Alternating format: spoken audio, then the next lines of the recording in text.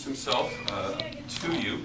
But again, really neat opportunity. It's an opportunity that could, potentially maybe seem a little awkward, okay, at first, especially. But I think as we go through and we'll get kind of consumed in the conversation, and that's really what this is all about: an opportunity to dialogue and have discussion, and think about things maybe in a little bit different way than what we've been thinking about them. So.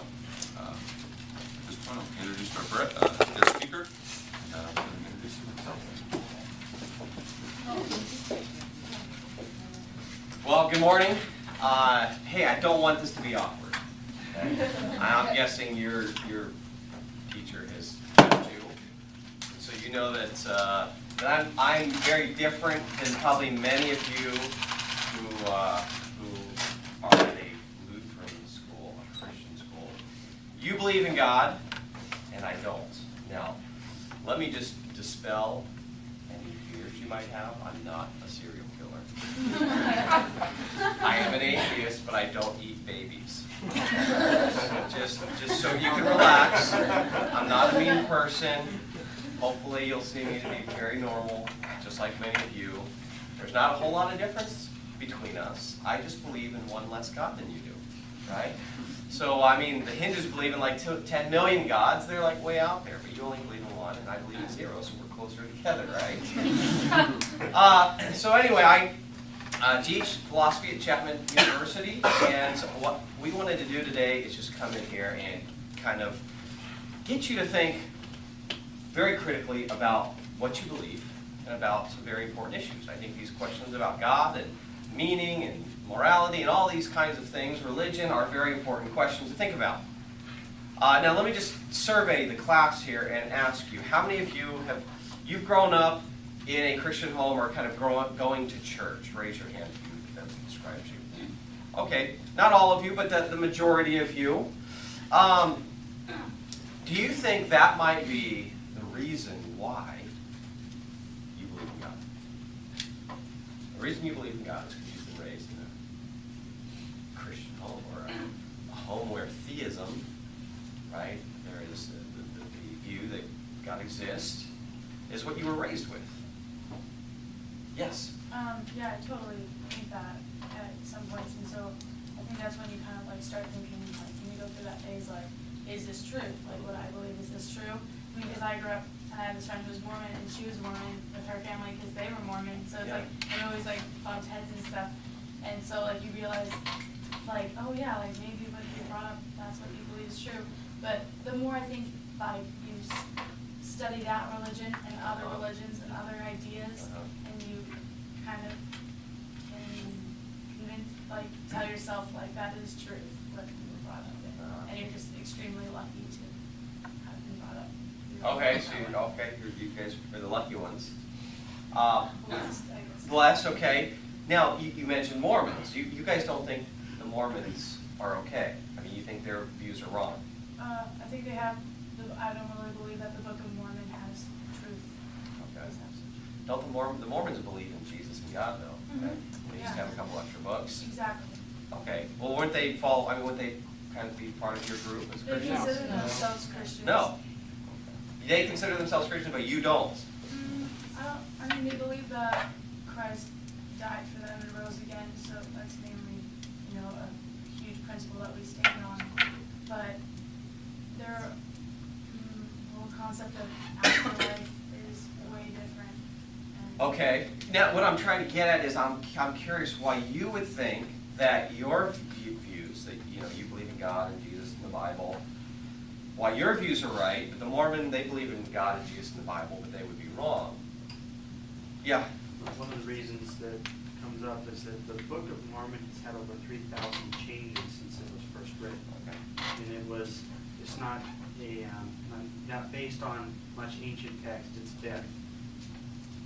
more recently created.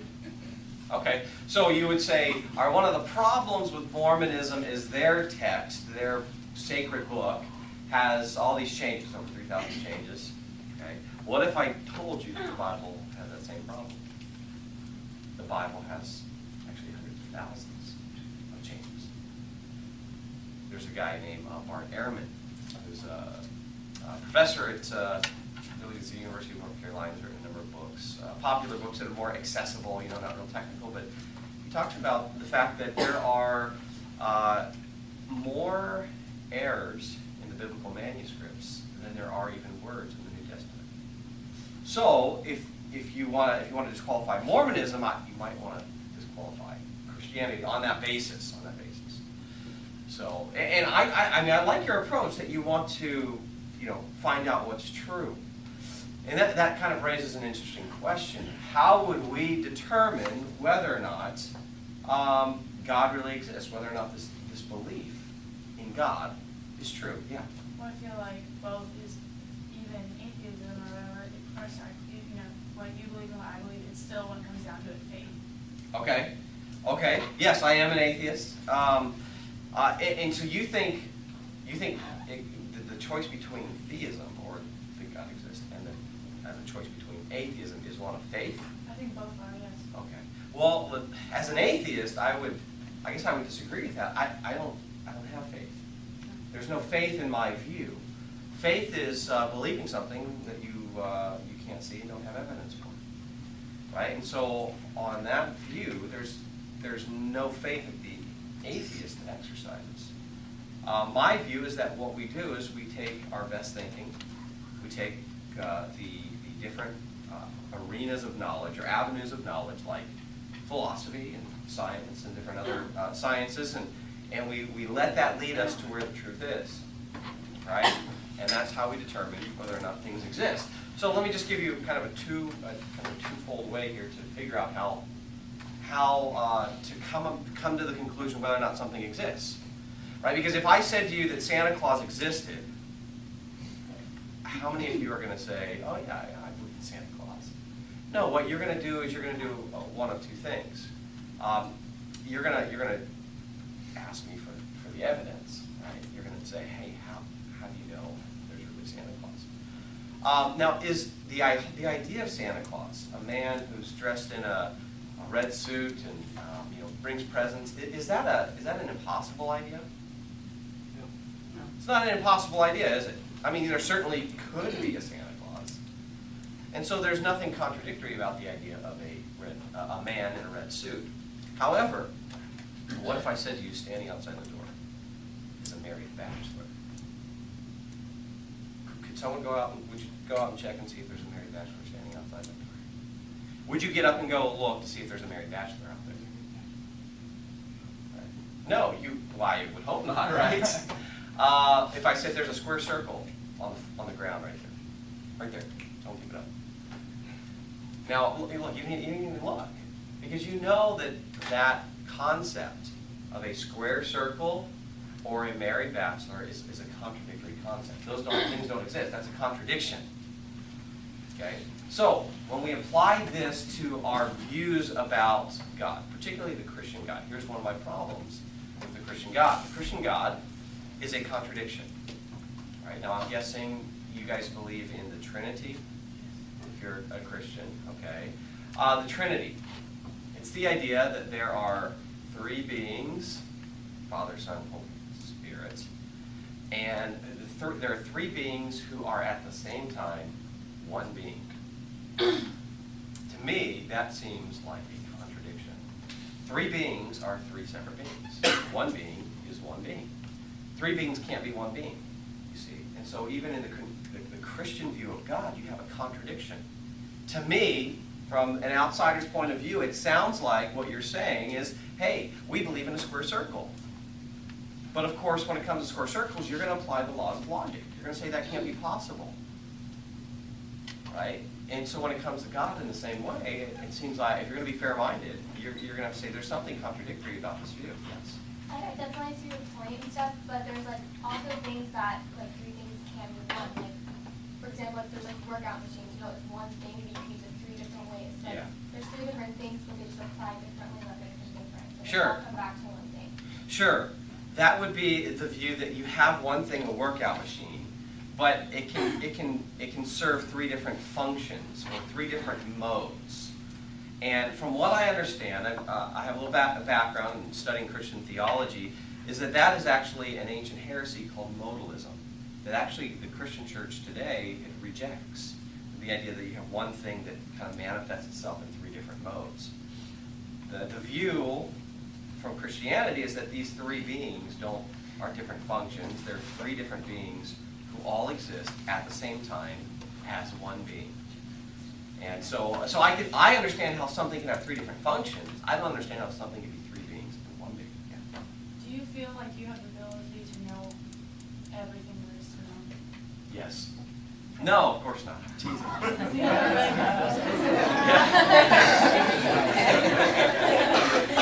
Just trying to lighten up, the mood in here. You guys are a little tense. No, I don't think I can know everything. Of course not. There are certain things that are very difficult to understand. Yeah. But now, I'm sorry. I'm interrupting. Go ahead. Oh, okay. Well, I was just gonna say, there's some things that I have basically just thrown in the towel, being like, God, I don't understand this, but I'm just gonna have faith in it, because I feel like I do not have the intellectual level to grasp the concept of that, but I know how it's described in Scripture, and so I'll believe what's in front of me. Yeah. Okay. I understand that. Can I pick up your towel and give it back to you? And say, don't throw in the towel yet. I want you to think critically about it. I have I've learned about it as most as that I can, they have three functions in one, so the Holy Spirit is with you, God and Christ are with you as well. And it's one of those things that I do. How long have you studied the Trinity for? Probably only 2 years. To like a constant? No, Okay. no, probably just Okay. Are there any particular books that you've read on the Trinity? exactly that only no. Okay. All right. So here's my challenge. That's okay. That's okay. But you've been thinking about it off and on. I want to encourage you not to throw in the towel yet. Okay. And Gosh, say, you are taking that expression seriously. Yes, I am. Because it sounds like to me. Okay. Just so you know how I hear that. It's like I studied this for a little bit and I'm not quite sure how it makes sense, but I'm just gonna believe it no matter what.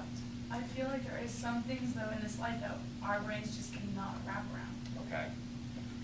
Okay. Well, there are those things that maybe we need some more information. But when you have something that is a logical contradiction, you don't need to punt. You don't need to throw in the towel. You don't need to kind of say, I'm just going to believe it. You can say, I reject that.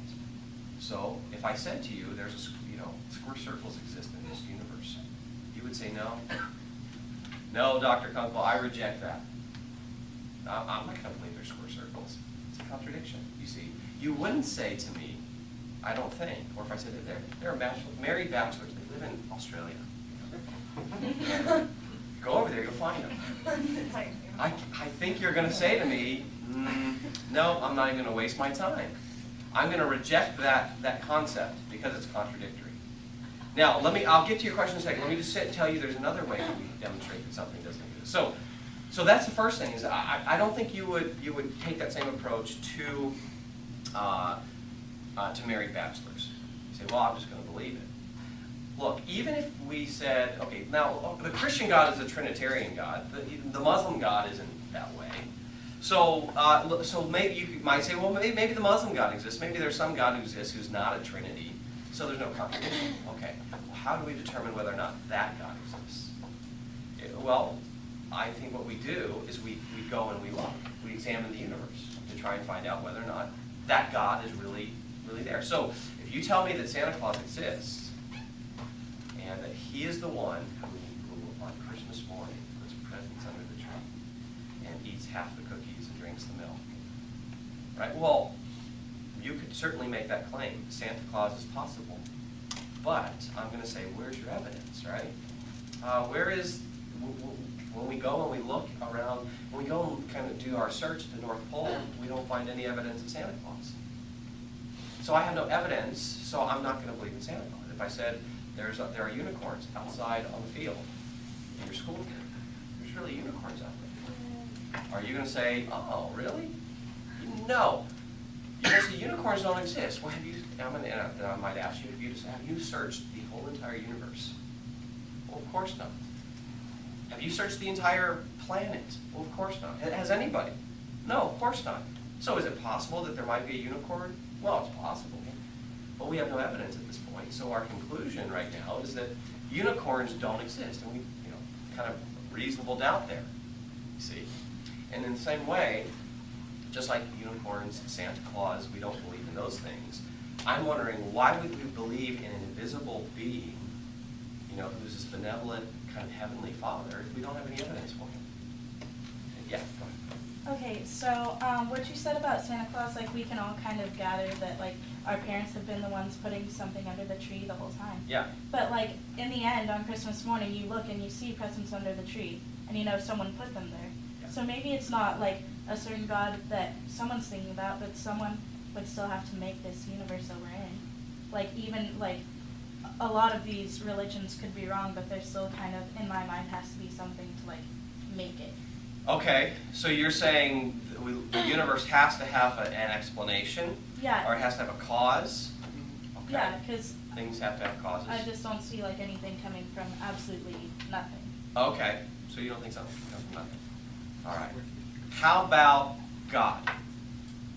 Well, that's like a higher power. It's like I feel like nature is made by God, so he doesn't have to abide by its rules necessarily. And Okay, so just nature needs a cause. Not everything needs a cause. yeah, because if like nature follows certain laws, and you see it happen all the time, but so it would be like really far out to think that something could kind of defy all of that, and then just spark from nothing instead of just believing that something could make it. Could it be? Is it possible that the universe is eternal? The universe has just always existed.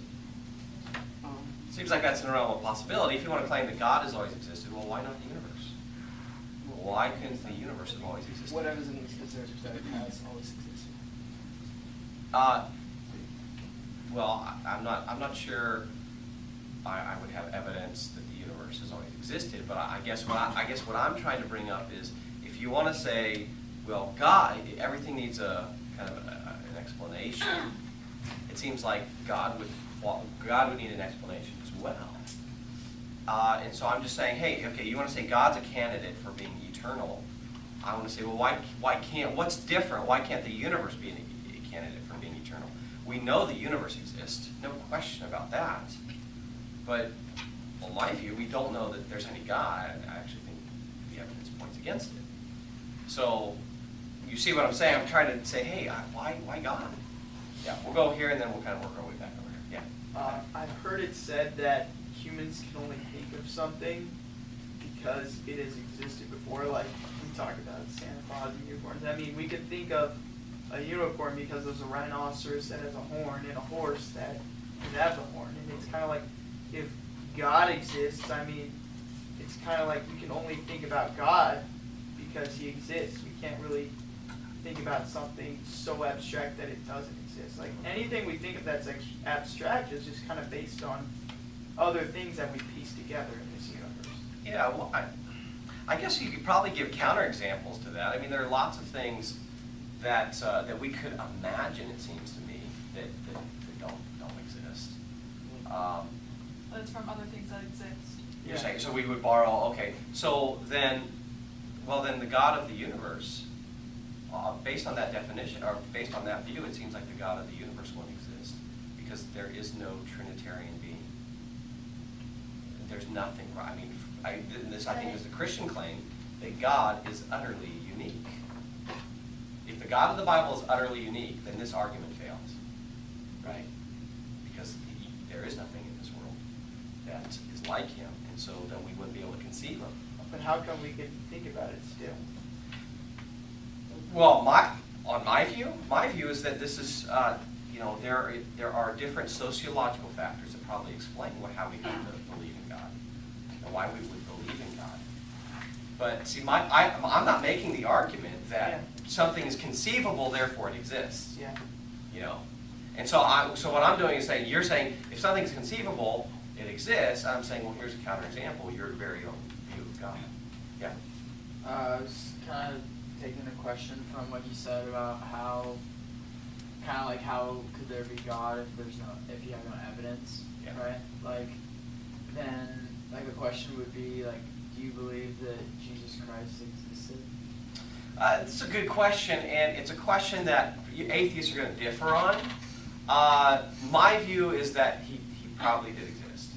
Okay. But you'll have atheists who say, no, he didn't exist. Okay, and then like with your view being that he did exist, do you believe relatively like any of the stuff that the Bible or other sources could say that he did?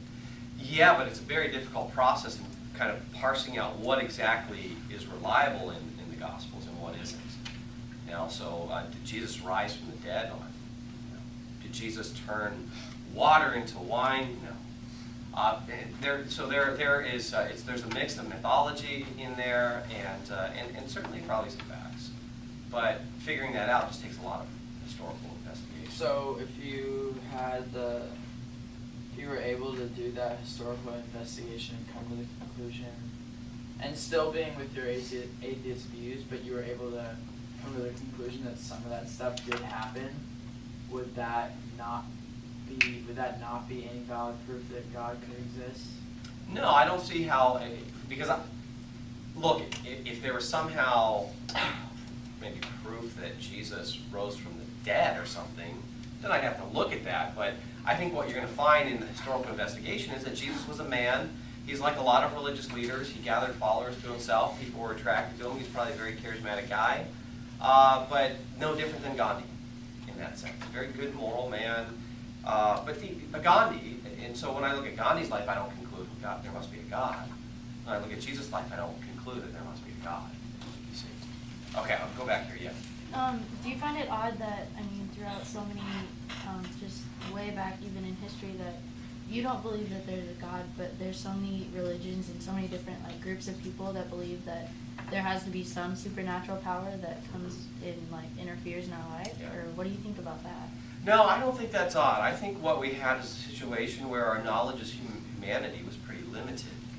And as we grow in our knowledge of the world, the natural world around us, really in the explosion of science, we begin to realize that a lot of different things that we once attributed to the gods no longer need gods as their explanation. So with the ancient Greeks, if they hear thunder and lightning, what do? Well, that's Zeus. Zeus is angry. His voice is thundering. He's throwing down lightning bolts because he's picked at us.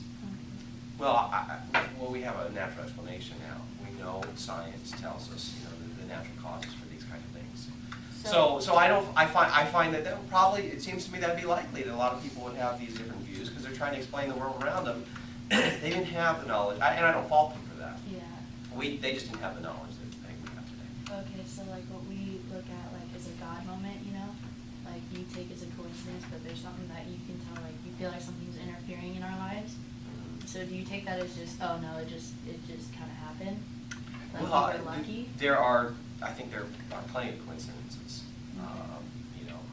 and that we, I think, would have a different explanation than God. And it seems to me that we're in no position to be able to say, well, God, that was God, that God moment or whatever. How in the world would you know that that was God? Unless he somehow came down and said to you, hey, I'm about to do something, and here it is, or afterwards, you're like, well, that was cool, and then God was like, hey, that was me, and then you might have a reason to think that was God, but in absence of that, it'd be hard to identify what was God's work. Yeah. Back on there are three things I'd like to bring up relatively quick. The first was about contradictions. Yes. Now, how Contradictions within the Trinity. Okay. Now, there are certain things that we simply can't understand because of our limited perspective. And an example of it can be supported with string theory, because there are multiple dimensions past our three at time. Now, God, being that he was able to create all of this, he doesn't have to be limited to our three dimensions. For example, it'd be like a two-dimensional being on the surface of a cube, and then somebody saying, well, where's the center of this cube? Well, it's down. And that two-dimensional being wouldn't have a concept of up or down. So That's one view of how. So, okay, it seems to me on this view that you're simply trying to escape the laws of logic. Or are you saying the laws of logic don't apply through dimensions, or? The laws of logic don't have to be the same as you progress through it, because in one dimension, if it's forward and back, left and right is not going to be part of that logic system. Or if it's two-dimensional, up and down, that's not part of it. Yeah, but see, even as you're saying that, what you're doing is you are presupposing the law of non-contradiction. So when you say up or down, right, you're not saying up or up, you're saying up or down. There's you're making a distinction between these two concepts. So even within this extra dimensional world, you have to presuppose the law of non-contradiction, which says that A can't be both A and non-A at the same time in the same way. See, I think it sounds to me like you want to try and kind of escape the rules of logic, and I don't think you can do that, even if you want to try to add dimensions or something like that. Three beings just cannot be one being, no matter how whether you say they're kind of flat beings or three-dimensional beings or whatever it might be, you still can't have three beings for one being. The contradiction is going to hold all the way through that, you see. And so, again, in logic we have, there's what's called modal logic. This deals with necessity, impossibility, these kinds of things. And so there's no possible world in which there are married bachelors. There's no possible world where there are square circles. These are logical impossibilities that are logically impossible in all worlds. So, yeah. So chew on that. Think about that, because again, I don't want you guys to kind of throw the towel in on that one, to use an analogy I've heard recently. Okay, yeah, let's get some people who haven't had a chance to jump in. Okay, so you, Are you guys getting hot? Is it hot in here? It's always hot. Just me? It's always hot in here, okay. All right. I'm always hot. Freezing outside. Howard. I wasn't sure if it was the room, You should have said or if it was the fact that I have, 40 Christians who are angry at me. Go ahead. Okay, so you believe, or you base all your beliefs off of like science and stuff, right? Or evidence and stuff? Yeah, not just science, because I'm a philosopher, so I think philosophy is a way to know things. I would say the tools that we have are, our five senses. We have logic or reasoning skills of the mind. We have empirical, the five senses. So yeah, those are the ways that we come to know. Okay, so going back to like God moments and stuff like that, like one of our family friends had like stage 4 cancer, doing all chemo, stuff like that. They said there's no chance for her to live. Like she probably had like a month or two to live. She went back for regular checkup, and then all of a sudden the cancer was gone. Like the doctors couldn't explain it, and like we would call that a miracle because there's no possible way that could happen. So what do you Yeah. think on that? Well, there's definitely a possible way it can happen, because it did happen. I would say it seems like, and I don't know the facts there, it seems to me that might be more of a case where you would have doctors who made the wrong assessment when they say there's no hope. Well, they obviously, they didn't stop the chemo. I mean, she continued through the chemo. Okay, but how long did she go through the chemo and radiation? See, I'd want to know the details first and say, well, how long, is a situation, and again, I'm not a medical doctor, so I'm not sure. Is it the case where maybe chemo was stopped and then a month later they discovered the cancer was gone? And so there seems to be a correlation there between the medical treatment that's given. I mean, had she, now here's a different thing. What if she had never done the chemo and the radiation? Would she have gotten better? Now, if she was diagnosed with cancer and she said, no, I'm going to wait for God to heal me, then that would be a different situation where I'd have to say, wow, we got to inspect this and see But what's is going on. that testing though? Yeah. Is that kind of like, Yeah. show me where you are, like, you said if God appeared to you, and tell me if I'm taking your words out of context. Yeah. But you said if God showed up to you, like, personally, and was like, hey, like, I'm here, you would be like, would you be like, wow, okay, is this God? Like, I don't know, it seems pretty, like, impossible and unlikely, but there's, in the Old Testament, God physically appears to people, as physically as he can, but do we need that proof? Like, I mean, I feel like he presents himself to us every single day through nature and through like the Holy Spirit, through our conscience, through and I personally like believe in miracles. I don't know about these like God moments. I wouldn't really call them that, but you know, I feel like He appears to us, but we have to like see it. We have to be willing to see it. Well, yeah, you certainly, I mean, if He appears to you, you'd have to see it, however that might be. But, I mean, you think that you would need evidence, right? I mean, you wouldn't just say, yeah, you mentioned the idea, the concept of testing God. Well, in one sense, yeah, you would want to test God. You want to say, is there evidence for Him? Just like if I said, is there Santa Claus? You're not going to say, if you start questioning me, you say, well, give me the evidence for Santa Claus. You're testing Santa Claus. Don't test Santa Claus. You're not allowed to do that, right? You're going to say, okay, whatever. Well, what would be the point of having true faith if He just so evidently presented Himself to everyone? Okay, so it seems what you implied is that you said, if God could kind of prove Himself or show Himself, there would be no room for faith. I feel like when Christ was on. Well, I think faith is a big part of Christianity. Personally, I feel like. What is faith? What is faith? Like what you said. Okay, it's believing when Something you can't see or have evidence I for it. feel like faith is believing that you are saved and abiding by the law that God has set for us in the Scripture. Okay. Okay. Anyone else view of faith? Okay, well, go ahead, wait. Can you explain again how the workout machine doesn't work, like the 3-in-1? Yeah, it is one machine, right? You're going to say that machine. Let's say it's the AB machine, okay? That AB machine is one machine. You're not going to say it's 3 different machines. It's one machine. It's kind of the same metal, the same pieces all put together. It's one machine. It may serve 3 different functions. And so it may be able to change modes, but it doesn't mean it becomes a whole new machine.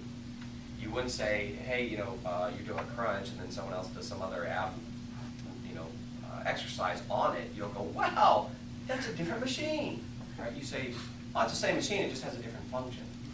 That is, so it has different modes. Now, if you apply that to God, that is an ancient heresy called modalism. If you go back and look at Christian history, what you discover is that the early church fathers kind of beat each other up over this, and those who held the modalistic view were condemned by the church. So what about if you had like a big thing of cookie dough, and you took out different pieces, and each one for like a cookie, and then another for like skin treatment or something? You brought it on, yeah. They're different things, but then you can put Sure. them all back into the cookie dough and have it be one thing. Yeah, well, okay. Well, I would say a couple things. First of all, after you made a cookie and then you rubbed it on your skin and whatever, you couldn't put those back together and say they'd be. I guess you could mash it back together. But here's if you take out 3 separate chunks of cookie dough, you have 3 separate chunks of cookie dough. They're not one. So at that point, you would not say that these are one. This is one cookie dough. You might say they had the same origin, but what I'm saying is that is not, and maybe you can correct me if I'm wrong here, but that is not the Christian view. That is not what we call Orthodox Christianity. Orthodox Christianity says, hey, there are 3 separate chunks of cookie dough, and yet they're all one cookie dough. In that they're the same thing. It sounds to me what you're saying, you're separating them out. That actually is another ancient heresy called tritheism, where they end up being separate beings. See, this is why I think we have a contradiction. There's this 3 part that you're trying to reconcile with one part, and it doesn't work. But I was trying to say, like, they're not separate beings, since they all are the same. They come from the same thing. They're all cookie dough. See, coming from the same thing isn't the same thing as those things existing as one thing at the same time. This gets into a philosophical discussion about something's essence or its nature, what a thing is. And as we go down that road, you could never say that this chunk of cookie dough is of the same essence as that chunk of cookie dough. But that's what the Christian is wanting to say. And again, maybe I'm wrong on the view of Trinity. But from what I understand, it's that these three separate things have one essence. That's the language that Christians use. Yeah, people can have multiple personalities. Yes, and we call them multiple personality disorder. Yes. Right? Yeah. Well, I don't. You want to apply that to God? No, but like that's something that our brains can wrap around. That's logical. Sure, but that again would not be the view of the Christian God. But I think You that's wouldn't want to say that there's a God who just has multiple personality disorder. It's the Son and the Holy Spirit, right? I don't think you want to do that. Go ahead. I myself have personally had a God moment that I can't explain, and I can tell you right now that I should not be alive right now. And I was in hospital when I was younger because they had a disease that they hadn't really seen in the particular area that I had it. And they cut my head open from ear to ear, did an operation, they didn't really know what they were doing, but just assumed they did. And I came out and I had no pain. I saw on the operating table there was no side effects, and I don't know, I'm okay now. And it's just, how do you explain that? If there are people that like dedicate their lives to studying like medical and like logic, and how do you come to the conclusion that there is like explanation for that? Yeah, well, I mean that it sounds like obviously a very moving experience, and I don't doubt that. I guess I would need to know the details of that. Was it again? You find yourself in the hands of medical professionals who are helping you in this process, and yet you're true to God. So I don't know what to make of that. Again, I can't. I mean, how do you explain me having no pain? Do you think I have nerve damage? Because I don't. Like, how do you explain that? Without looking at the details of the case and maybe consulting some medical personnel, I don't know. Now, it'd be interesting to me why you attributed that to the God of the Bible. There is no other explanation. I just believe in life that you have to have faith, otherwise you're going to spend time beating yourself up over something you cannot explain. Well, could you say that maybe it was the God of Mormonism instead? What? Could it be why the God of the Bible? Why not the God of Mormonism? Or what could it? Maybe it's a Hindu deity that made you better. So my question would be, and just not again. I want to be sensitive here, but I would want to know from you, and this is something to think through, is why attribute that to the God of the Bible? How do you know that's the God of the Bible and not some other being? And so maybe it's not the God of the Bible that exists. Maybe it's one of the 10 million Hindu deities. Maybe it's Krishna. Okay. Why not Krishna? Well, why not attribute to nothing? Like, why not just assume it's a misunderstanding medically? Well, you could say, I would say, there's no deity behind it. I would say, well, there are natural forces here, and you have medical doctors who are helping out, and there's some natural explanation, even if we don't know the explanation. We might not be able to say, well, I see the correlation between X and Y, but that doesn't mean there's not one. So that's, I guess, what I'm saying. Okay, yeah, we'll go here, and then we'll kind of go back around. Do you see differences in the Christian church, like to Catholics, Protestants, Eastern Orthodox, and heresies? Do you see that as something that illegitimatizes Christianity, like it makes it seem less true because we have so many differences in our faiths? No, not necessarily. I mean, for me, what I understand is that there's core truths that are shared amongst them. The differences have to do with things that are not essential to Christianity, but they have to do with maybe how we practice Christianity, how you guys would practice Christianity. So, not necessarily. I mean, just because the Catholics think that Jesus, when you take communion, is it actually turned into his real flesh and blood, and a Baptist doesn't believe that, doesn't mean that God doesn't exist. And another question. So, what do you think Jesus came here to do? Like, preach? Was he? Well, it depends on what you mean by. Not the teacher.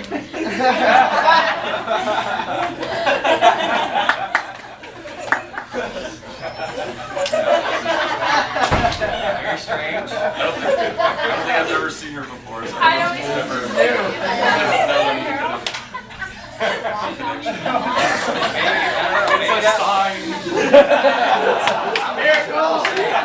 Maybe that was a God moment. Because it says, I exist. God. Okay, so this is an office request for Jacob Young. Oh boy. Jacob Young. Here's your God moment. Go see the principal. You're being called. Get up. Apparently God doesn't want you to hear this, so he's trying to get you out of your noise. Sorry, hopefully that's not irreverent. No. Okay, where were we? Let's. I was asking, what did Christ teach? Did he teach morality? Did he teach? Yeah, But I mean, good moral teacher. he really didn't teach much anything that was new. None of that was really new. I think Christ was kind of going against what was morally acceptable by saying you can only accept me. I'm the only way to heaven. Well, I think there are probably examples of other people who claim to be the only way to God. But he wasn't. But when people say that he was a great moral teacher, I mean, to me, it seems like he was going against what everyone thought because he was saying things like, "I'm the way, the truth, and the life." But you're going to have to make a case that we really know what he was saying. That we really know what he said. I don't think we do. Yeah. Well, this kind of ties into what you were saying about how like we don't know what he's saying, but you kind of in some of these moments you're saying like you kind of want to give the doctors professionals the benefit of the doubt that they did their best job in the moment. So shouldn't we give the benefit of the doubt to the scribes, the people who wrote down that it was their job to do this, like job well to write down the Bible and what they're supposed to do? So shouldn't we give them the benefit of the doubt that they wrote it down? Yeah, this is a good point. Like when it comes to historical investigation, you don't necessarily. There are those who can be very skeptical and just say everything from the ancient world is probably filled with error and throw it out. We might take a different approach and say, well, something's innocent until we prove it guilty. So you could do that, but then what I would say then is I would give you the evidence why I think it's guilty, why I think that there's all these errors, scribal errors, and contradictions in this kind of thing. Yeah, so I would lay that evidence out for you, and like I said, if you've got hundreds of thousands of errors, well, why is that the case, and what might that do to our confidence in Scripture? Yeah, one more thing, real quick. Yeah. The thing I don't get, one thing also is that you agreed that we don't know everything, and that our knowledge. I don't know. Do you agree that we can't know everything? Like, will there be a time do you believe that we will get to know everything? I think so. So I'm wondering how we can base logic off of like what we know when you're claiming that a lot of stuff that we don't know. Like a lot of times logic changes over time. For example. No. Logic doesn't. Well, the change over time. Earth was flat. That's what it said. Yeah, but that's not a lot. See, there's a difference between formal logic, the laws of logic, and the evidence that we discover about something. So if we ever said, and it doesn't matter in what time and what place, if someone said, the earth is both round and flat in the same way, or the shape of the earth is both round and flat, you would say, no, that's a contradiction. There was never a time where we said, let's affirm, the earth is a sphere and it's flat at the same time. You see, the law of logic, the law of contradiction, non-contradiction in that particular case says, no, those can't be true. And now, what we said was it used to be flat. And then, through evidence, we discovered, oh, we were wrong. It's actually a sphere. You see, it's round. So logic is proved by evidence? No, logic is, when you study logic, what you discover is logic is presupposed by all human thought and communication. The laws of logic exist independent of our thinking about them. Okay? So logic isn't a human construct. It's not something we created. So where's it from? The laws of logic, I think it's just part of the nature of the universe. So what would make the universe, what makes it illogical? Like, how does logic just something that just happen? Because wouldn't it be illogical that we have logic? So you're saying what is the source of logic? In a way, yeah. Yeah. Well, that's a good question. I would say that it would have to be grounded in our common human nature. Just our human nature from what, there has to be a basis, like, yeah, like our human nature just Do you, happened. do you think that the laws of logic are created, that we make them up? I think, well, so yeah, maybe I'm confused at what exactly logic is, so I don't want to speak too much about Yeah. it, but I guess you could say some things that we consider logic could be proven wrong. I don't know. Okay. Well, something to think about is, okay, let's just take the most basic law, it's the law of non-contradiction, right? A representing a proposition, or A can't be A and non-A at the same time in the same way. When you say non-A, do you mean A and B? Like Could B be non-A, or does it have to be specifically non-A? Non-A. So basically what you're saying is A, you can't affirm A and its negation at the same time. So I can't, so let's just take God. A would be God exists. Non-A would be God does not exist. A and non-A can't be true at the same time in the same way. Okay, that's the law of non-contradiction. And so we want to say, yeah, okay, that's fundamental to our human thought. You can't have any communication if you don't already presuppose that law, right? So you know when I say, okay, I'm leaving, you know, given the way your mind is structured, that I'm not staying here. Those two things cannot be true at the same time.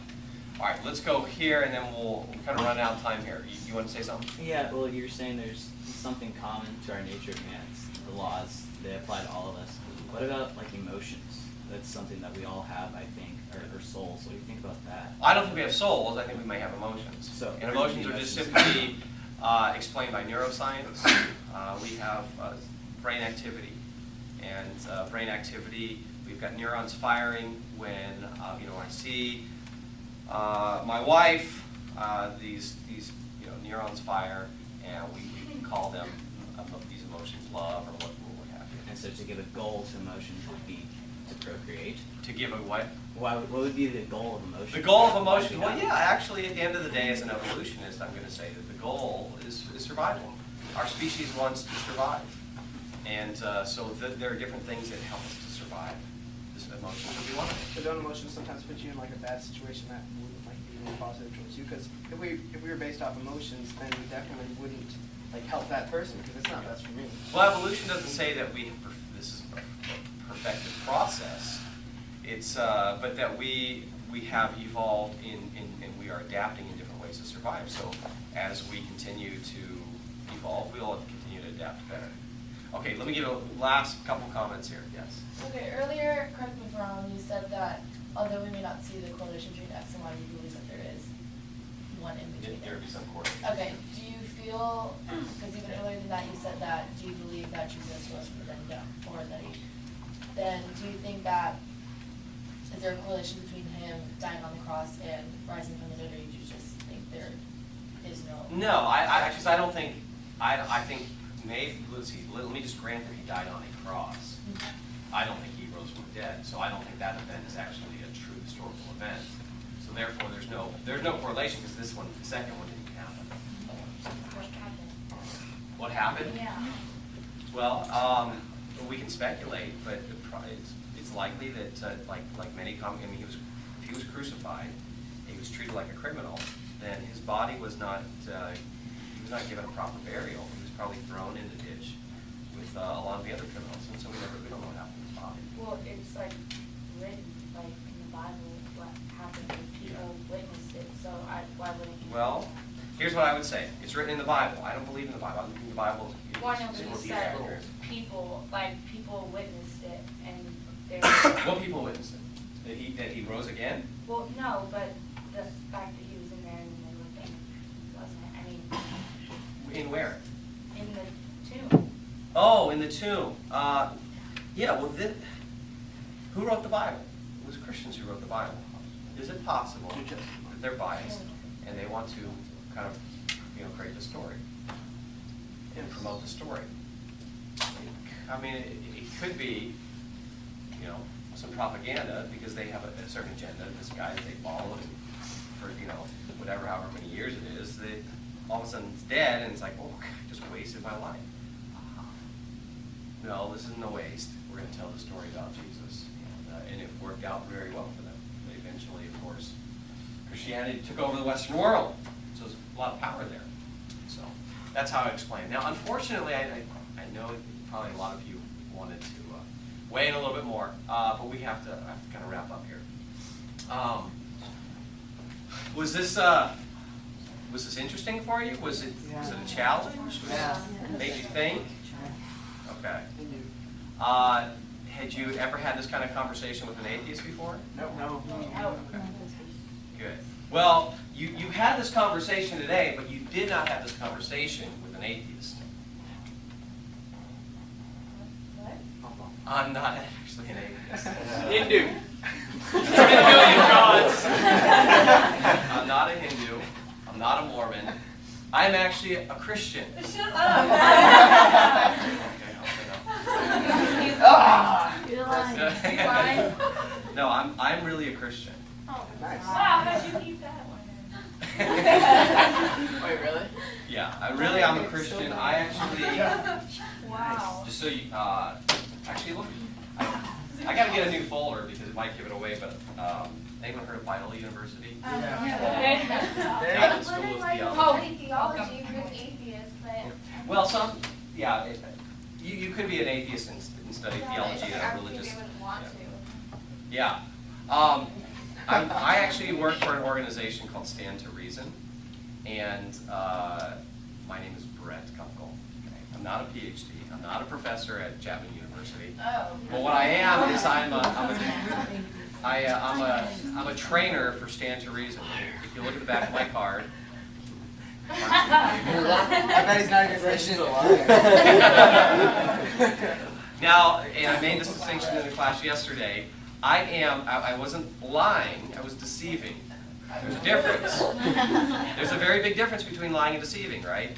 Because you don't, I tell my kids that Santa Claus, brought the presents. I'm not lying to them, but it's a harmless deception. Well, and there are different ways, there are different reasons that would justify deceiving someone. For instance, if think about this, and this is what I try to get Christians to do. I try to get Christians to think carefully about everything that they believe. But do you think that if you were in Nazi Germany and you were hiding Jews, innocent Jews in your basement, and the German soldiers came to your door, Nazi Germany, and they said, are you hiding Jews in your house? What would be your obligation? Your obligation would be to deceive them, to save a life, right? So all lying is deception, but not all deception is not lying. And so I have deceived you today for a higher purpose. Okay? The higher purpose is to help you be. My goal is actually to help you be a better Christian. All right? Now on the back of my card it says equipping effective ambassadors for Christ in the areas of knowledge, wisdom, and character. Okay? So that was my goal here, is to challenge you. Now you guys felt challenged, right? Yes. Yeah, you're like, yeah. So let's do this. Okay, on a scale of 1 to 10, let's say 1. No, let's start with 10. 10 represents we owned the atheist. Okay, 10 represents we owned the atheist. 1 represents the atheist owned us. What would your score be on a scale of 1 to 10? 4. 1. Okay, you think of 1. 4. 2, a 4, 3. I'm thinking like a 3, a 3. 3. 11. So you're actually saying, hey, the 4s and the 3s, you're kind of like out of the ballpark. Is everything? I don't know, for me personally, I mean, I talked to once because everything else was like, crap. Well, and also, Yeah, I so feel like you're there's right. a spot every time, like, Yeah. I feel so stupid, like, it's like, I've never like just actually thought. Wait, Like did- I've never been put in a situation like this, or like even thought about Yeah. it. I thought like, okay, what am I Simply gonna those say? make Yeah. And I've always been like, but Yeah, like, you today proved even more that I have some work to do. Yeah, I'm not ready for something like. Yeah, that is exactly, listen guys, that is exactly what I wanted to accomplish. Because you said, what's your name? Jenny. Jenny, thanks Jenny for sharing. You said that I've never been put in that situation before. And now I realize how I would do if I were in that situation. And see, what I try to do here is put you in that situation before you go encounter the real situation. Because, look, you guys, I would guess that most of you probably have a desire to go to a university or a college. Now, some of you go to Biola, you're not going to get this challenge. But I don't know what the percentage is of students that don't go to a Christian college out of 400 I guess it's probably pretty high. Mr. Howard, you know? Yeah. 30%. How many of you are planning to go to a Christian college? Raise your hand. Yeah, like quarter. Okay, so yeah, maybe 25%, 30%. So that means the rest of you are going to be at secular universities or colleges. And guess what? On a secular university or college campus, it's about 1 in 4 of your teachers are going to be professing atheists and agnostics. 1 in 4. Now, they might not all come after your faith, but I guarantee you, in a 4-year program, you're eventually going to have somebody in your classroom, a teacher, who's going to come after your Christian faith. Or it might be your roommate. Or it might be the people on your floor or whatever. So what we try to do here is simulate that first. So you can, and Jenny, I don't think you're probably not the only one who thinks that, because we obviously all the scores were, 4 or less. Now, let's take the average. Let's say you had from 1 to 4. Let's say your average was 3, and I just want to get clarity here. I said the scale was 10. What's that percentage? 30. 30%. And now let's see, what is the grading scale here in Orange? We failed. Oh, that's an F. Yeah. So 30% is an F. F for fantastic. Yeah. Yeah. Fantastic failure. You guys failed. But Jesus still loves me. He does. If he really exists. I'm joking. Really? No. Yes, God loves you, but you suck. No, I'm just kidding. God loves you, right? But you're not going to be able to be the kind of ambassador He needs you to be. Your faith is going to really take a beating if you go to college now and score 30% when your professor jacks you up. Okay? And so here's what we want to do. We wanted to give you this experience now here, because this is the safe place for you to kind of say, okay, afterwards, all right, we just got owned or whatever. Now, what are the kind of questions that we need to be able to answer, and how then do we proceed? And you know now how much more you need to know. Okay?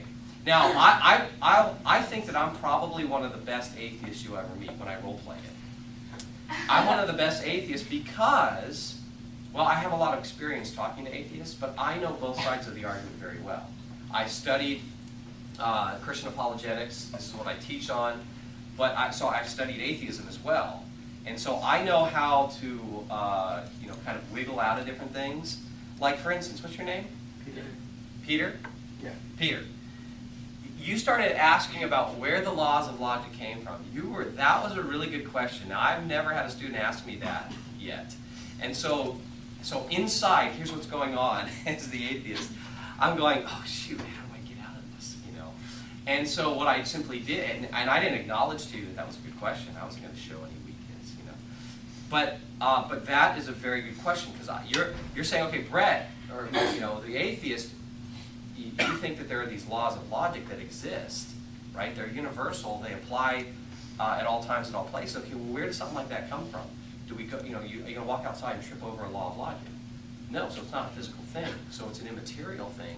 But you're saying they really exist and they're universal. Where does that come from? And you can keep pushing on that. What I did is I asked you. What I did is at that point I think I asked you a question to turn it back on you. And I tried to wiggle out of it. Okay, and you guys probably didn't see that, but so I'm going to be one of the hardest atheists you'll ever meet. There's a lot of atheists who won't be this difficult, but they may be just as they may not give in on any points. The point is, this was a difficult test, but we wanted to give you the best test possible so you realize how much more you need to study. That's why you have a class like this in order to help prepare you. But sometimes when you go to a Christian school, it's easy to just take this for granted and to say, oh, I'm going to read my Mere Christianity book because I got a test on it. I want to try to get A or whatever. No. There's something much more important than the grade, right? It's your soul, and what you come to believe is true and affirm is true. And so that's why we did this, to test you. So now you can, if you look at yourself and say, okay, I got a 30%, I failed, then, oh, guess what? Take advantage now of this class. You have an opportunity that a lot of Christians don't have. My daughter, I have a 16-year-old daughter who goes to Newport Harbor High School, and she doesn't have this. She doesn't have apologetics class.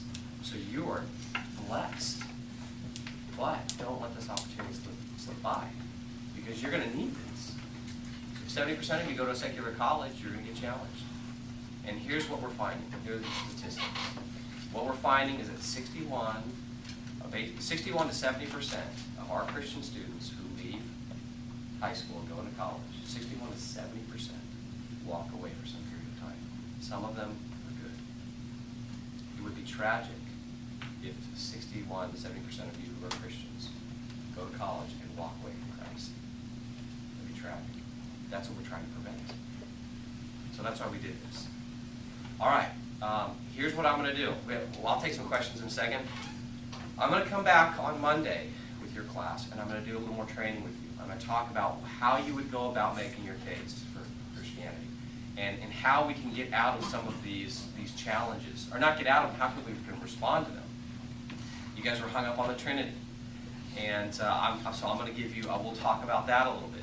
We'll talk about how we make our case for Christianity, why we think that Christianity is actually true, why we think the God of the Bible is the one true God and not the God of the Book of Mormon. Okay, question? I was going to ask you actually about the Trinity and how you would explain it. So. Yeah, okay, well I want you to notice what I did. I defined the Trinity, and how did I define the Trinity? Three separate beings and one being. Three separate beings and one being. Is that an accurate definition of the Trinity? No. Not exactly. No, that's kind of Okay. just the earthly explanation of it. Or, you know, like. Well, I wouldn't call it the earthly explanation. I would just say that is not the Christian view of the Trinity. But notice, none of you challenged me on that definition. You were trying to figure out how you could make sense of that definition. You can't. Because I did that on purpose. I misdefined the Trinity because, and that's what atheists will, they may not do it on purpose, but they think that what you're saying is that there are these three beings who are at the same time one being. If that was what we claimed, that would be a contradiction. And so what we have to get out of that, all we have to do is give the Orthodox view of the Trinity, the Christian view of the Trinity. It's not that there's three beings who are one being. It's that there are three persons who simultaneously exist in the one being. That's very different. We'll talk more about that. We'll talk more about it on Monday. For daily gathering today. All freshmen report to the Nikita Center for daily gathering today. Thank you. But anyway, the point is that you let me define the Trinity, and then you're going to have difficulty defending that because that is a contradiction. But if you define the Trinity accurately, it's not a contradiction, and so we get past that objection. The Christian view of the Trinity is not contradictory. Now, what we discover is that God is unlike any other being, but it's not contradictory. Yeah. If I were to ask your alternate person, like, if you believe in... I can go back into the atheism. That's Put on so glasses. true. Put on the glasses. Yeah. I know, snake glass.